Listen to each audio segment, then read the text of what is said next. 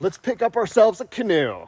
If you've been following the adventure so far, I'm headed all the way to the ocean. I found a spring coming up out of the ground in a wilderness area in northern Wisconsin. Then I'm basically just following that water all the way down to the ocean, or at least that's the plan. So last week's adventure ended at a dam where we would have to portage up and over the dam in order to continue downstream. Looking at the map though, as we continue down the Wisconsin River, there's basically going to be like a section of river after every dam, but it tends to be very shallow with more rocks and stuff. I think the rowboat is just going to be extremely frustrating to get down it. And also some of them have very narrow paths that you have to portage down, and I think that the rowboat is just going to be too much of a beast to get down this and just overall frustrating.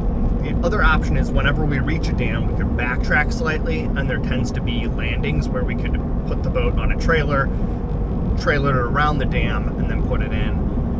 However, that would require a chase vehicle to meet us at each dam and do that. I also just don't feel like it works with the spirit of this expedition. So that is how I settled on a canoe. I also have a lot of experience canoeing. I led a lot of trips in the past with them. It's possibly one of my favorite ways to travel on water.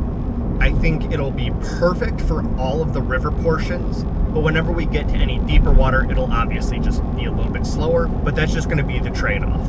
So how I think we're going to be breaking this expedition to the ocean up is probably in seasons. It's just getting way too cold here in order to continue this year. So this is basically going to be the last episode of season 1, and then next summer we'll pick back up with season 2 of Downstream. The fall colors are really starting to come in and get beautiful.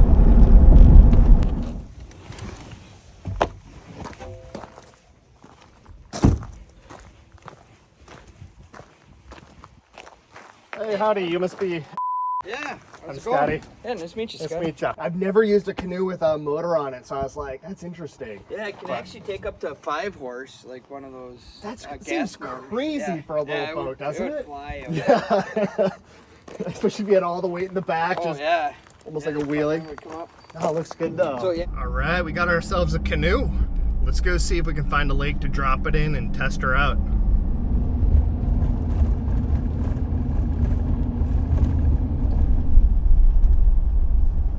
Let's see if there's a place we can launch the canoe here.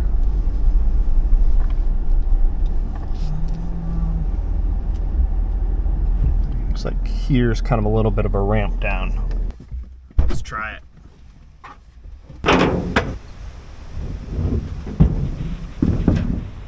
We just need to make sure that we can get this back up in here.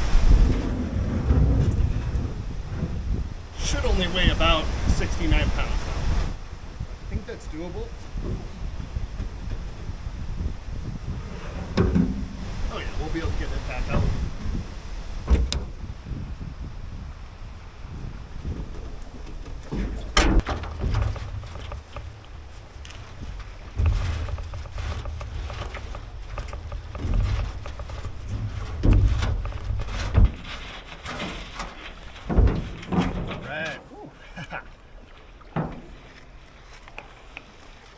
I don't think they've used this canoe all season or at all, and that kind of matches what he was saying because everything's just covered in this dust.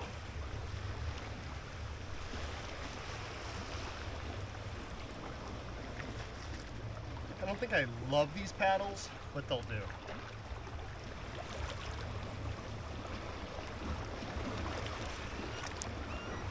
The length of it is a little bit short for me, and then the other paddle, they had 2 of them. One was longer, one was shorter.